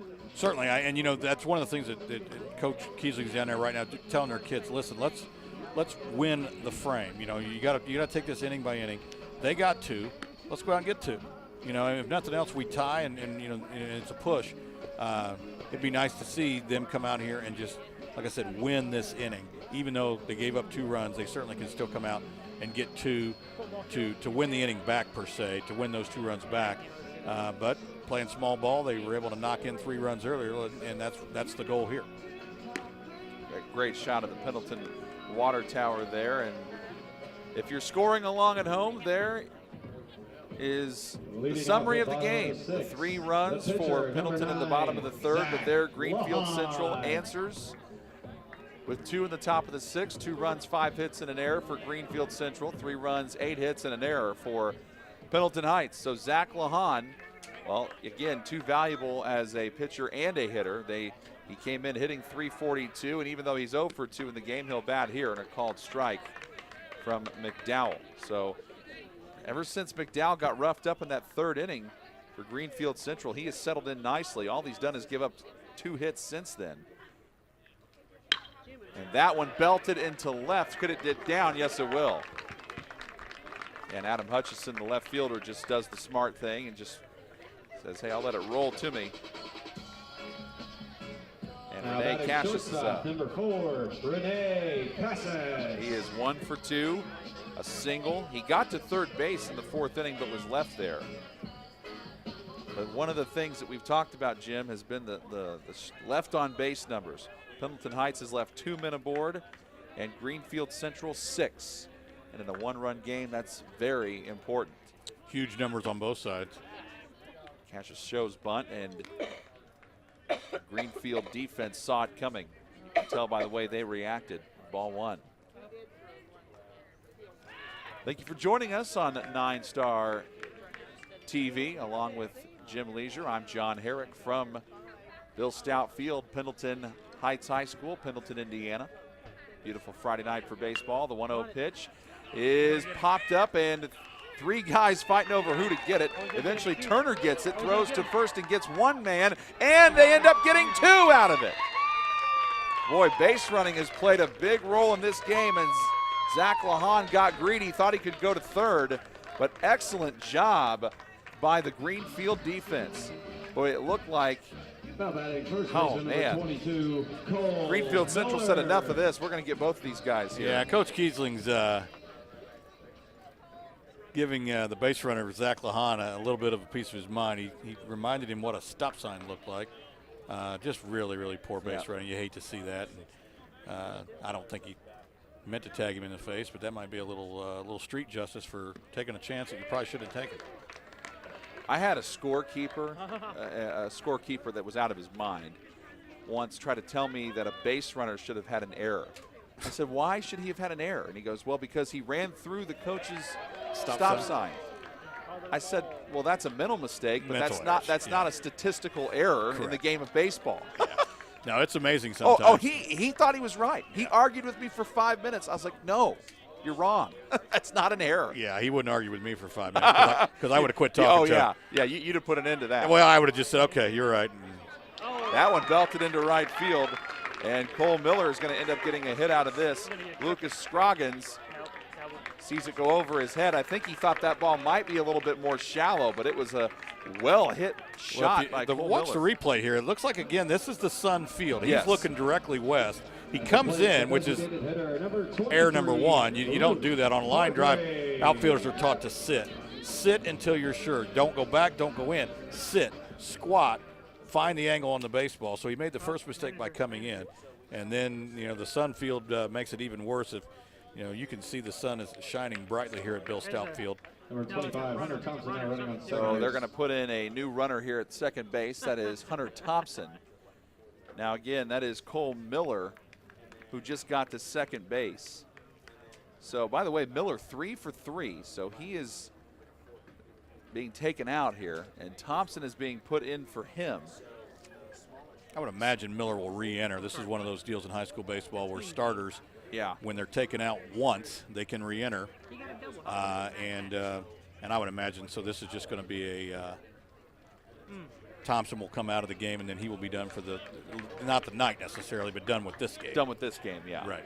This being a doubleheader, he certainly is eligible to start. Yeah, everybody's re-eligible again. Everybody starts back at 0. But Luke Hargrave, again, we saw him taking, we saw him.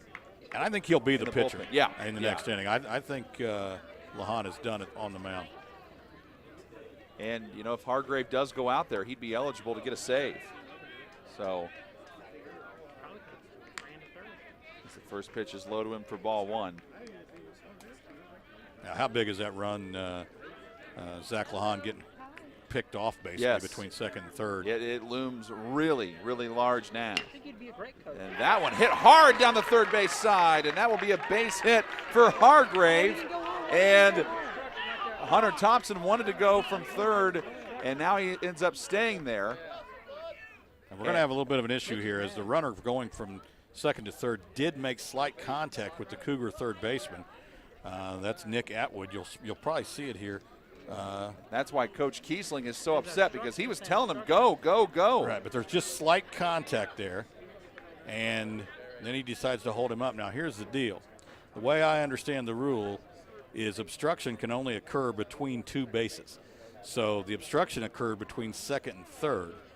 So if the runner had been like maybe out at the plate or something, then they could put him back on third because he's awarded third base via the obstruction. But because it occurs between second and third, they cannot award him home. No. They can. So the only thing they can give him is the result of the play. Yeah.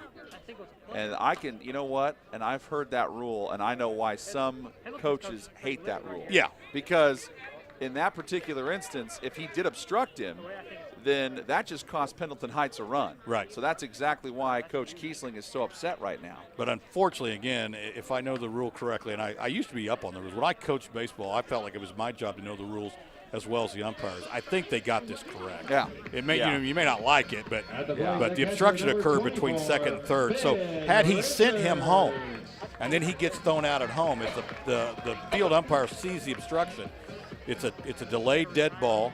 They let the play finish, then they go, okay, dead ball, and they put him back on third base, and he's not out. But because he chose on his own to stay at third, that's where he stays. Brings up a first and third situation for Pendleton. That's their third hit of the inning. Could we have number 4 here? The ball grounded right over to Nick Atwood. Makes a great play to keep it in the infield, but the throw was a little wild. And that will score Hunter Thompson. So how about that? Coach Kiesling's so upset he didn't score earlier, but he will score this time, and that makes it 4-2. This is a heck of a play by Atwood just to keep that ball from going into the outfield. And I think even if that throw was a little on target, it still would have been a hit, and it will go down as a hit. So that makes it 4-2 Pendleton Heights. And now, could this be all she wrote for Bradley McDowell? It very well could be. So Robbie Miller is out to talk, and that gives both teams basically a glorified timeout. And I want to see, I think we got a new runner coming over. Running on first base. It's number 2, Grant Miller, I believe. Grant Miller, yep. To run for. He would be running for Hargrave. I'd be running for Richards, correct? Or not? Yeah, Hargrave's still at second base, so he's running for the catcher, Richards. Okay, he's running for Richards, all right. Yeah.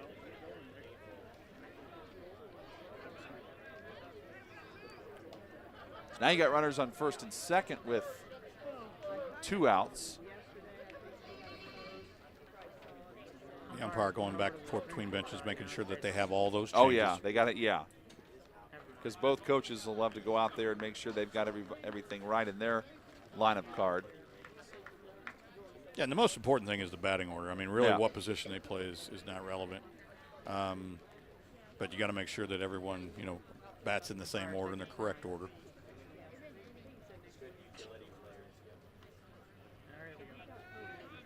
And we're at the 9 part of the order now. Pendleton Heights with Walker Stoll. Man hitting 9th in the order. He's 1 for 2 with a run scored, a single. And a good block by Braxton Turner, who's had a busy night digging balls out of the dirt behind home plate. Stoll came into the game tonight batting .222, so he can put it in play a little bit. Yes, he can. But McDowell's going to continue here. And delivers with a strike.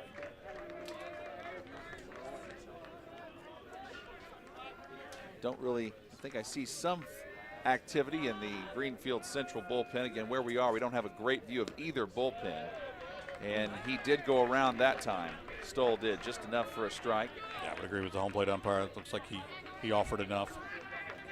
1-2 the count, though. This is where you want him to choke up and shorten his swing and just slap something into play. 8-9-1 portion of the Greenfield-Central order coming up in the 7th. That one slapped to short. Carson Gibson cannot hang on to it. And the bases are loaded. That'll go down as an E6, an error on Carson Gibson. But Walker Stoll does his job. This is what you want your 9-hole to do. Just put it in play. Really good job there. The base runner, Luke Hargrave, almost shielding the baseball from the shortstop, Carson Gibson, and just basically being a pest.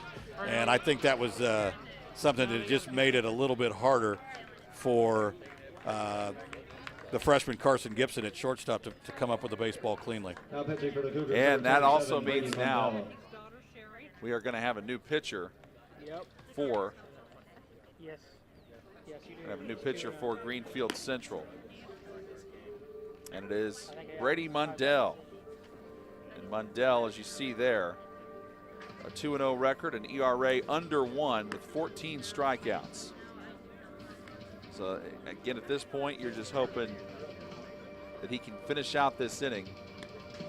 And that runner that just got on Walker Stoll would go down as an unearned run against McDowell if he does come around to score, because that should have ended the inning. Yeah, you certainly just want him to come in here and just get us out of this mess. And if he can do that, obviously you've got a shot in the top of the 7th to tie this ball game up. But if he cannot get people out, I mean, you are going to be facing the top of the order.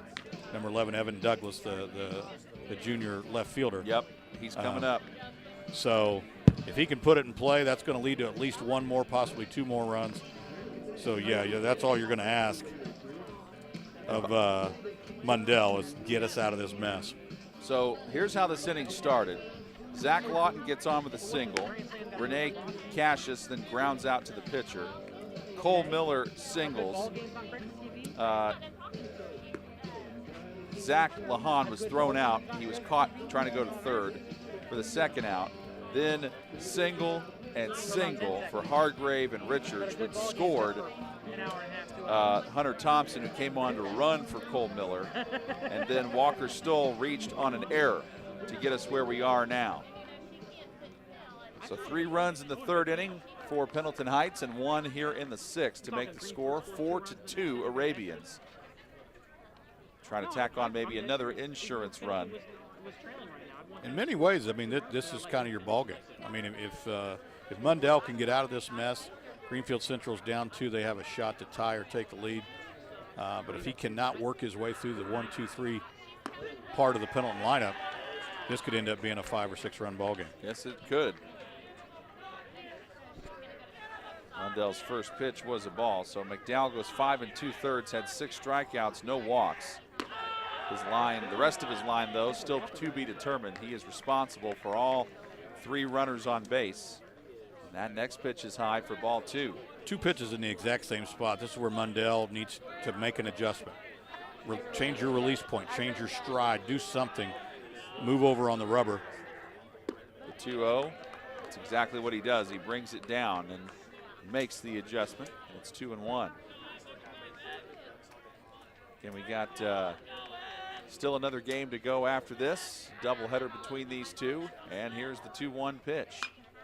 Makes contact and fouls it away to even the count up at 2-2. It is a 10-run rule after 5, so Pendleton Heights able to pour on 8 runs by some. Yeah, I don't see that happening. But yeah, but I certainly could see them busting it open for 2 or 3 more here. Yeah. Oh, that was awfully close to strike 3, and I think if you look at the defense, Greenfield-Central was shifting over. They were ready to head to the dugout. Yeah, it's probably outside. Well, yeah, it looked a little low too. Yeah. 3-2, the runners will be moving. Oh yeah, they're all going here. And another hit, but it's foul. Boy, this is when baseball's fun. Yep. 3-2, 2 outs, bases loaded. You got people running everywhere. Yep. It's just chaos. Yeah. It is. It's like it's controlled chaos. Yeah, it's like a 3-ring circus, man. You got people moving everywhere. We'll do it again. 3-2, 2 outs. Runners will be moving on the pitch. They will. And there you go again. And again, we've got contact, but I think it's going to get out, and it does. And again, the wind has died down, so it's not really doing much to affect the ball being hit by Evan Douglas here, who's 1 for 3 with a run scored tonight. He has singled. And he scored the 3rd and final run of that 3rd inning for Pendleton Heights. And Douglas is actually making this a really nice at-bat. This will be the 8th pitch of the at-bat. He's making Brady Mundell work. And Mundell steps off the rubber, and now his catcher, Braxton Turner, needs to go out and talk to him. And again, good senior move there by Turner. Go out and make sure that we're all on the same page. You certainly don't want a situation where you go back to the dugout and you think, I wish I'd have told him that one last thing. And before he gave up the hit that gave up 2 runs. And I've talked to catchers who have felt that. Again, runners go, and it's strike 3 to take care of the 6th inning. But Pendleton Heights gets an insurance run, and we head to the 7th with the Arabians ahead 4-2. Woo! Sunday nights on Access TV. Woo! Look at, I got goosebumps off these fools. Look at you. Rock and Roll Road Trip with Sammy Hagar returns with an all-new season, followed by the Access TV original series Real Money with rock superstar Eddie Money. We're kind of like the Partridge Family, only dysfunctional. It all begins Sunday nights at 9/8 Central with Rock and Roll Road Trip with Sammy Hagar and Real Money on Access TV.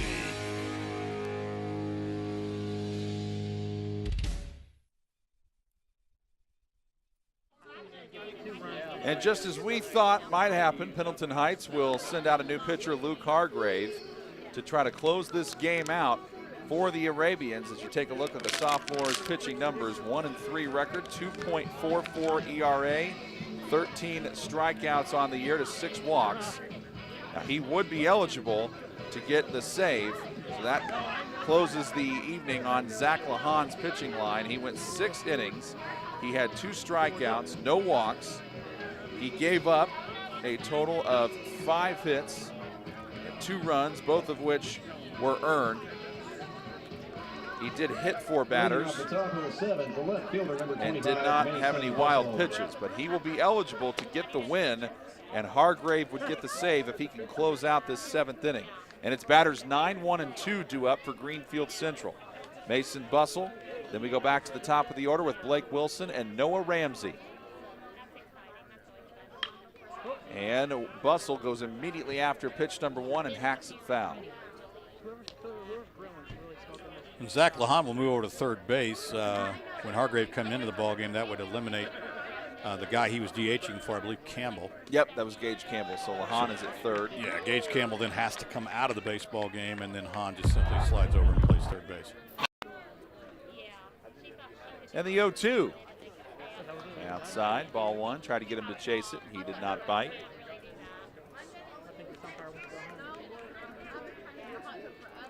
It's the count, 1 ball, 2 strikes. And the offering. Got him to swing and miss. Looked like a little bit of a changeup by Hargrave. I watched him warm up between innings. He has a really good curveball, and from the looks of that, a decent changeup as well. So he's going to be a formidable opponent for the Cougar batters, as he seems to have a pretty wide arsenal. And the good thing too for Pendleton Heights, he is just a sophomore, so you'll have him for 2 more years after this year.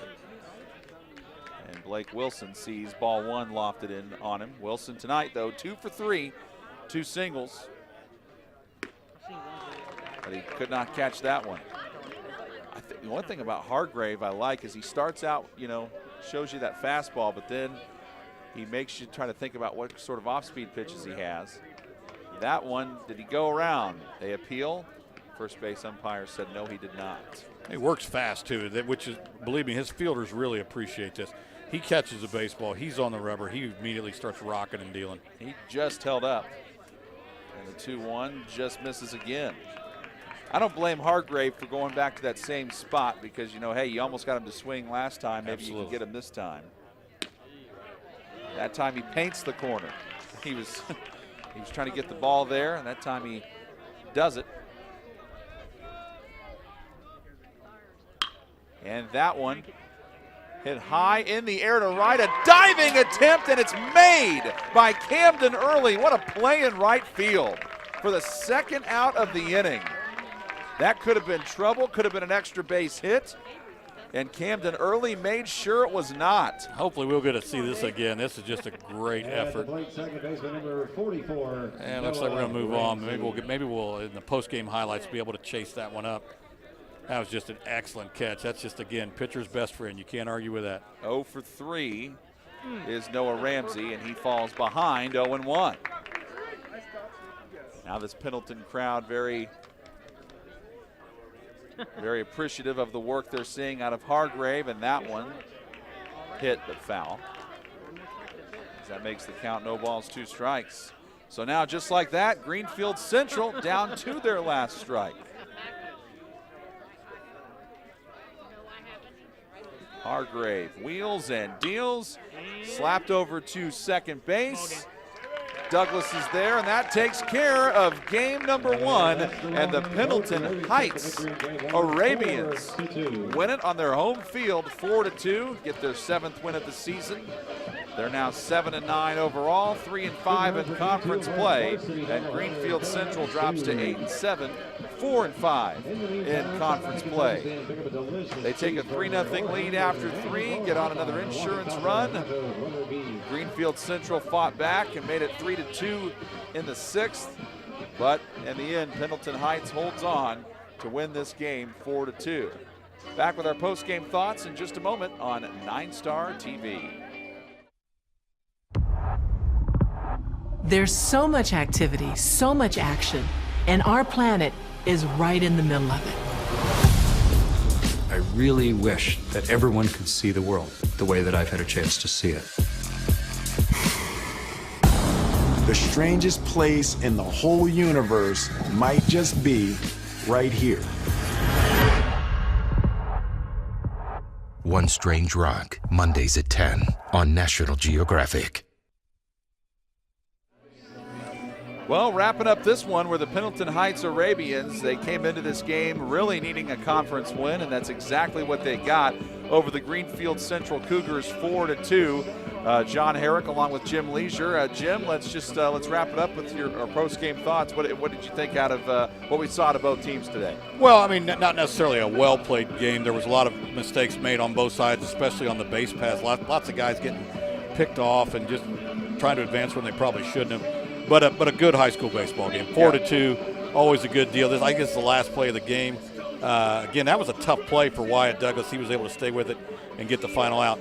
But to me, the two biggest things, and you've mentioned it throughout, the amount of runners that Greenfield left on base, the amount of runners that Pendleton Heights did not leave on base because they were able to get timely hitting, and just Pendleton's ability to play small ball. And that's the home run that we saw hit by Ben Richards in the 3rd inning, starting off the game with a solo home run, and then there's like one of the mistakes. And there was probably about 4 or 5 times where either a Cougar base runner or a Pendleton Heights base runner really made a mistake and just ran themselves out of an inning. But also, we saw great defensive play. We saw great plays too. And if you are Pendleton Heights, you got to feel great about the way that you came in, and you still made mistakes. Mm-hmm. And you didn't necessarily you had less errors than Greenfield-Central, but you also had a couple of base running mistakes, but still you win the game by 2 runs, you pick up a conference win, you do it on your home field in front of your fans, and that's got to feel ex-alente. Got to feel great about that. Hey, a win's a win, and I'm sure Coach Kiesling would say the same thing. Well, that'll do it for us here on NineStar TV. It was great to bring this to you. Jim Leisure, first time I've worked with you. It was a joy, partner. Appreciate Pleasure, John. I enjoyed it. I hope the folks at home enjoyed watching it as much as I enjoyed calling it. Yep, we certainly did. I certainly enjoyed it. And for Jim Leisure and all the fine folks on the NineStar TV crew, I'm John Herrick saying so long from Bill Stout Field at Pendleton Heights High School. You've been watching NineStar TV.